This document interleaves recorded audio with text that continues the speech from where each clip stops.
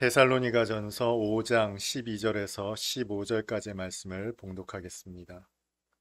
형제들아, 우리가 너희에게 구하노니 너희 가운데에서 수고하고 주 안에서 너희를 다스리며 권하는 자들을 너희가 알고 그들의 역사로 말미암아 사랑 안에서 가장 귀히 여기며 너희끼리 화목하라.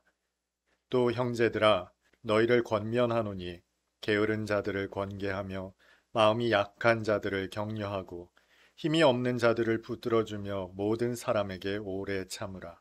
삼가 누가 누구에게든지 악으로 악을 갚지 말게 하고 서로 대하든지 모든 사람을 대하든지 항상 선을 따르라. 아멘. 사람은 인정받는 것을 좋아합니다. 특별히 인정받는 것 중에서 안목이 있다라는 말을 들을 때 참 기분이 좋습니다. 안목이 있다라는 말은 무슨 뜻일까요? 다른 사람들이 보지 못하는 것을 보는 눈, 통찰력이 있다라는 뜻이겠죠. 여기에 기독교의 가장 범용적인 단어, 영적이라는 말이 결합되면 영적 안목이 있다.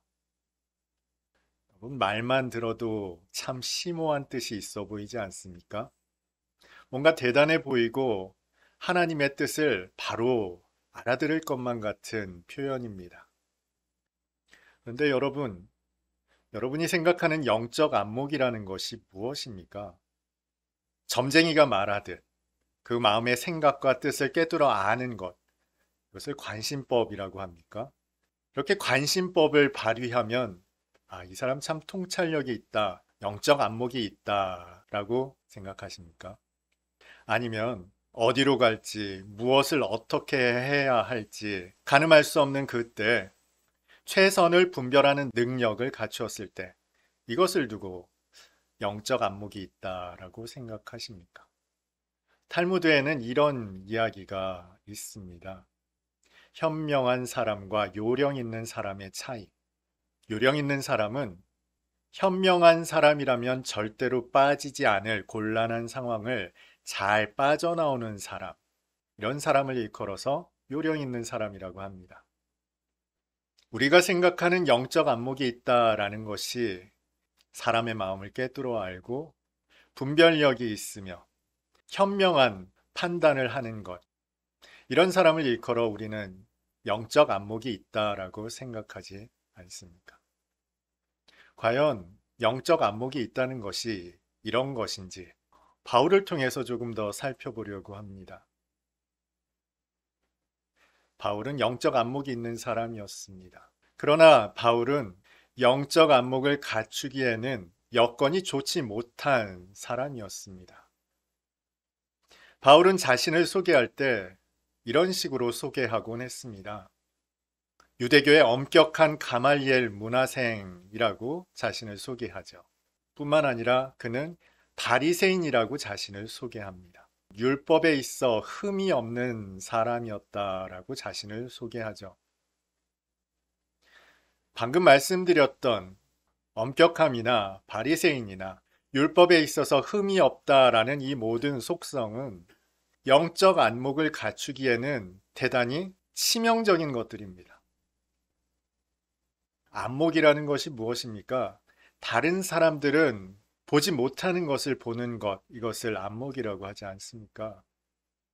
그런데 엄격함이라든지 율법에 있어서 흠이 없다는 것이든지 혹은 바리새인이라는 특징은 규정된 틀 안에서는 완벽할지 모르나 그 이상의 것을 보는 눈에는 치명적일 수밖에 없다는 것이죠. 그런 바울이 오늘 본문에서 데살로니가 교회 성도들에게 보내는 편지의 내용은 그런 측면에서 본다면 대단히 이례적인 것입니다.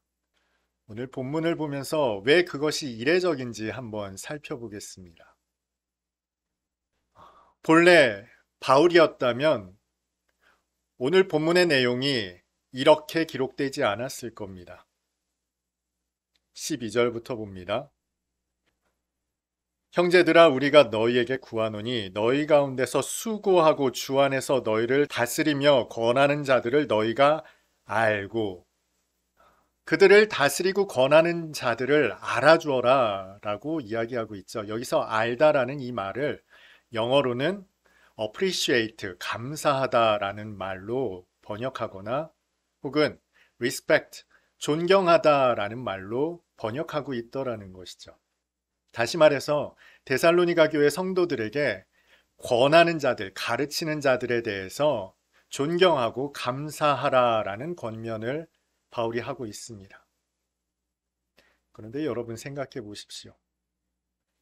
바울의 원리 원칙주의에 따른다면 그것은 칭찬받을 일도 존경할 만한 일도 감사할 만한 일도 아니라는 것이죠. 그저 당연한 일을 할 뿐이라는 것이죠. 그런데 바울은 오늘 본문에서 그들에 대하여 알고 다시 말해 존경하거나 감사의 뜻을 표하라라고 데살로니가 교회 성도들을 권면하고 있다는 것이죠.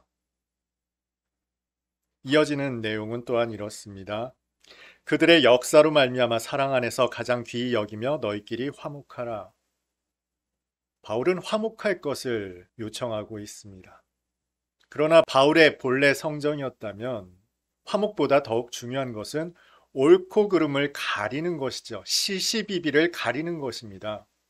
시비를 가리는 것, 옳고 그름을 가리는 것이 더 마땅한 바울은 그런데 오늘 본문에서 데살로니가 교회 성도들에게 화목하라라고 권면하고 있다는 것이죠. 이어지는 14절은 조금 더 세밀하게 이야기합니다. 형제들아 너희를 권면하노니 게으른 자들을 권계하라. 게으른 자들은 권계할 것이 아니라 꾸중을 해라 하는 것이 바울에게 합당할 겁니다. 마음이 약한 자들을 격려하라라고 말하는 것보다 오히려 질책하라는 것이 더 합당할 겁니다. 힘이 없는 자들을 붙들어 주어라. 이것보다는 바울에게는 오히려 그들을 견책하라 라고 말하는 것이 더 합당해 보이고요. 그리고 모든 사람에게 오래 참으라 라고 말하는 것보다 그들을 책망하라 라고 하는 것이 그동안 몸담았던 유대교의 가르침과 엄격함에 비춰볼 때 더 합당해 보인다는 것이죠. 그런데 바울은 매우 다른 어조로 이야기를 하고 있더라는 것입니다. 그리고 마지막으로 이렇게 말하죠. 삼가 누가 누구에게든지 악으로 악을 갚지 말게 하고 율법대로라면 눈에는 눈, 이에는 이 아닙니까?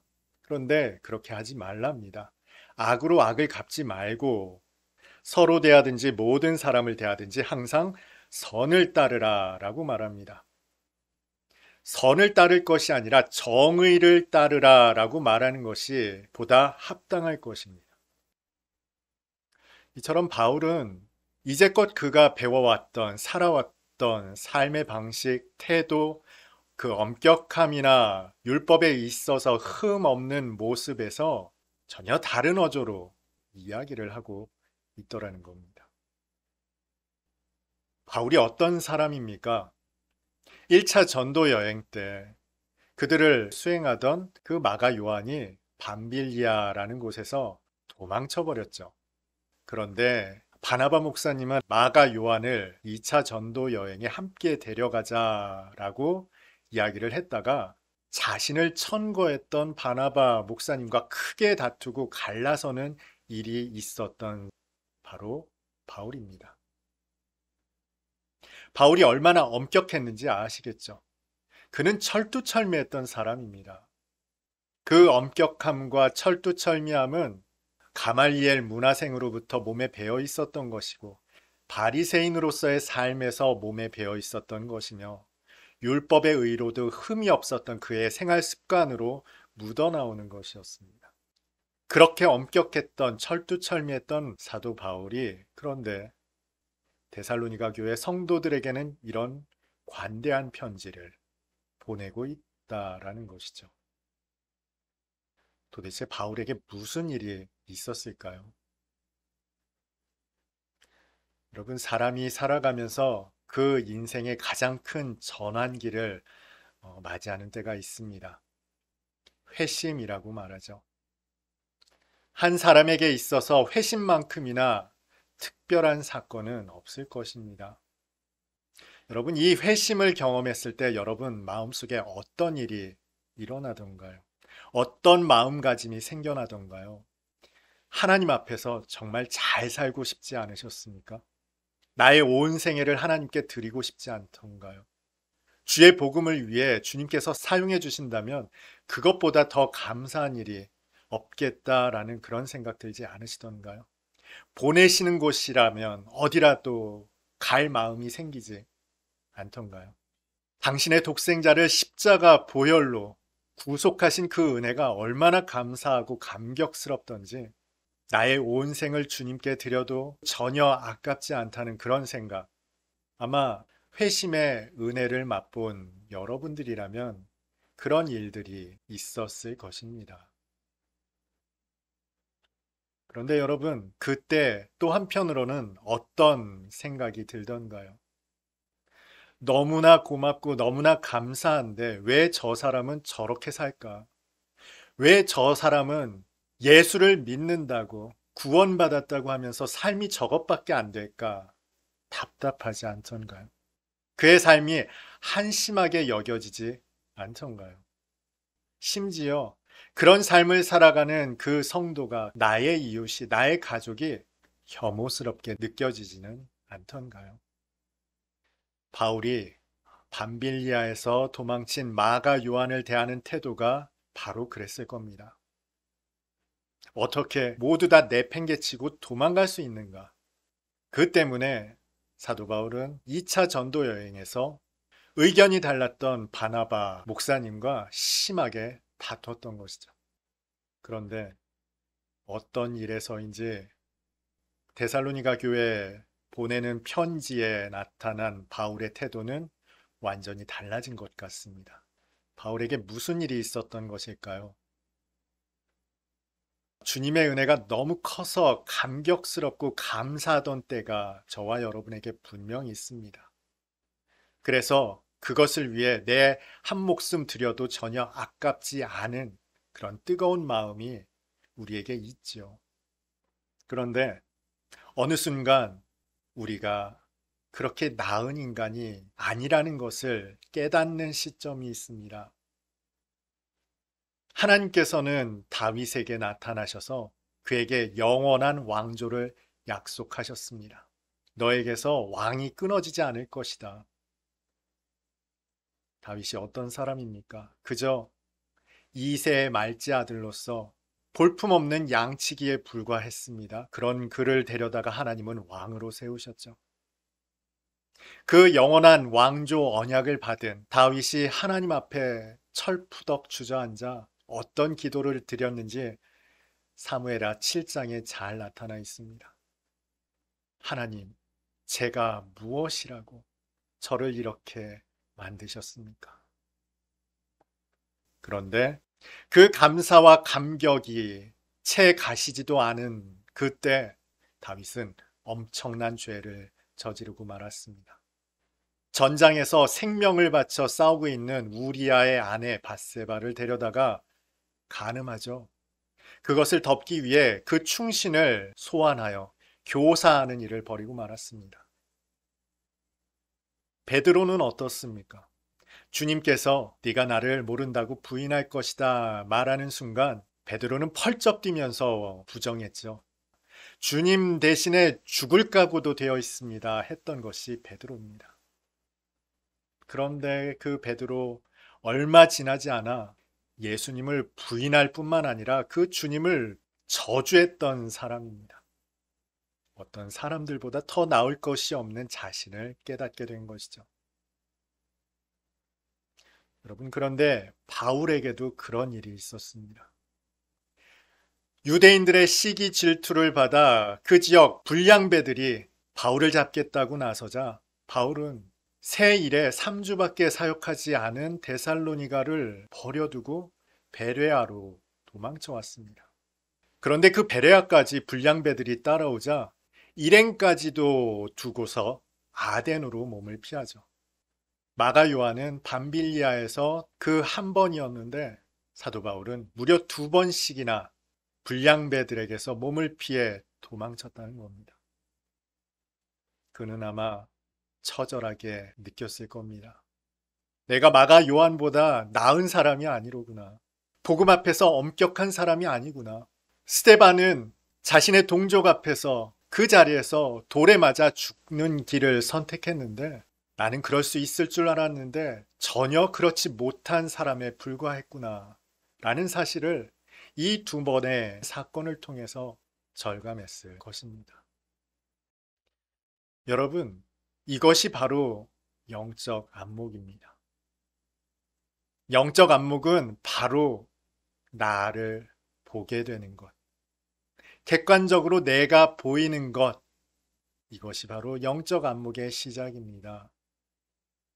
이제까지 나는 대단한 사람인 줄 알았고, 신실한 사람인 줄 알았고, 하나님 앞에서 순전하고 올곧은 사람인 줄 알았는데, 전혀 그렇지 못한 나를 객관적으로 보게 되는 안목. 이것이 바로 영적 안목입니다. 나아가 다른 사람 가운데 역사하시는 하나님이 보이는 것, 이것이 바로 영적 안목입니다. 그제야 내 이웃에게 닥친 고난과 시련과 아픔과 상처와 슬픔이 보이죠. 그리고 그 가운데 역사하시는 하나님이 보이게 됩니다. 오늘 본문에 바울이 데살로니가 교회 성도들의 고난 가운데 역사하시는 하나님을 보았던 것이죠. 그래서 그가 이렇게 권면하고 있는 겁니다. 약한 사람을 북돋아주고 힘없는 사람을 붙들어주고 화목하며 선을 이루는 것. 왜냐하면 그 모든 역사 속에 하나님의 일하심이 바울의 눈에 보였기 때문에 그렇습니다. 아버지를 배울 수 있기를 바랍니다. 그 하나님을 배울 수 있기를 바랍니다. 대단할 것 없는 내가 보여야 하나님을 배울 수 있습니다. 혐오스럽고 도저히 납득할 수 없을 것 같은 내 이웃, 내 곁의 사람들 속에 그럼에도 불구하고 역사하시는 하나님을 배울 때 그제야 우리는 고백할 수밖에 없겠죠. 여러분, 하나님을 사랑하십시오. 그 주님을 사랑하십시오. 그래서 바울의 권면은 늘상 사랑하라 라는 것이었습니다. 오늘 데살로니가 교회 성도들에게 보내는 이 편지 역시 한마디로 요약하면 사랑하라 라는 것입니다. 오늘 예배드린 저와 여러분 모두가 사랑할 수 있었으면 좋겠습니다. 시시비비를 가리는 것보다 의롭고 엄격한 율법을 지켜 행하는 것보다 하나님의 사랑을 온전히 나누며 성취하며 살아가는 저와 여러분 다 될 수 있었으면 좋겠습니다. 그 영적 안목으로 하나님을 볼 수 있는 저와 여러분 될 수 있기를 주님의 이름으로 축복합니다.